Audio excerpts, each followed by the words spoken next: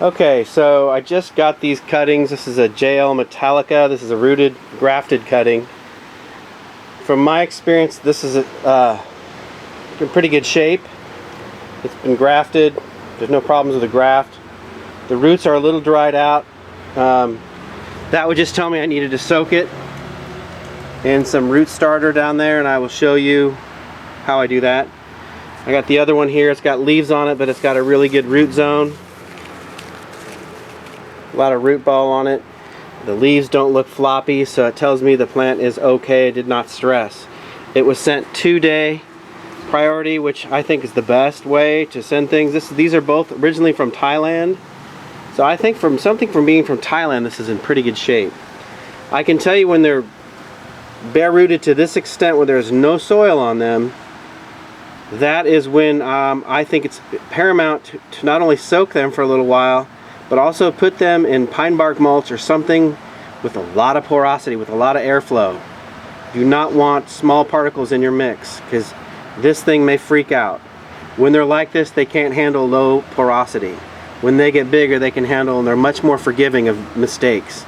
But right now, we want to make sure this feels at home. In Kansas, it is a 93-degree day today, so this is perfect.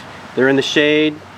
They are liking this weather, and there's no issues with cold. If you know plumerias, you know they don't like cold, especially up here. It tends to shut things down. So let me take you over. I've been having this water. Here is my root stimulator that I use. It's nothing that I really search for. If it's whatever I can find that says root starter on it, that'll give you an idea of what it is. And I found a bucket since I came out here, and I was going to use one of my giant buckets, but then I just found this bucket which doesn't have any stuff in it. I didn't want anything like cleaner or any kind of chemical that might freak out the plant. Obviously, the bigger the bucket, the lower chance you have of that, because you have more water to dilute anything. But since I got a pretty good clean bucket here, and I think the water, yeah, the waters are good. It's good. I'm going to take it over into the shade, and I'm going to put it there. This pavement is very hot. This is asphalt. It's one of the hottest surfaces.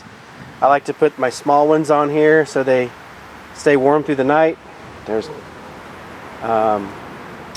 anyway, let me go get the root starter. Okay, and what I do with this is I put about, when I have a bucket, this is a 5-gallon bucket, about 2.5 gallons here. I don't really get real crazy measuring it. So what I do is, let me see if I can show this to you. Okay, what I do is I just unscrew the top. It's kind of, I've had this for maybe, I don't know, a year. Pour a capful in. So, and then I go ahead here, and I just go, and that's about it. I don't overdo it. You can also use Super Thrive. Super Thrive's a little bit more concentrated than that. So once that's in there like that, and I feel like the water temperature isn't cold, because it comes out of our faucet under the ground, and it could be low 70s. Well, we got an air temperature here of 93, probably 92 right now. And that will freak them out. That's a 20-degree difference in 1 second. Got to keep that in mind, in my opinion, when they look like this. If they look like that, it's not such a big deal. So, this is what I do, Mary. Take them down here. Stick them in like that. And then I'll keep it in there for about an hour. Let it get, it doesn't matter. I've kept them in there overnight. What really matters, again, is what they go into, and of course the temperature. If we were having 50s at night, I'd be a little bit more concerned about this, but I get a lot of forgiveness and a lot of leeway when we got warm temperatures. 70 for a low at night. That's perfect. It doesn't even, they grow best when they're above 70 all the time, in my opinion, through my observations. Okay, I will get back to you when I'm ready to get at the pine bark mulch in another hour.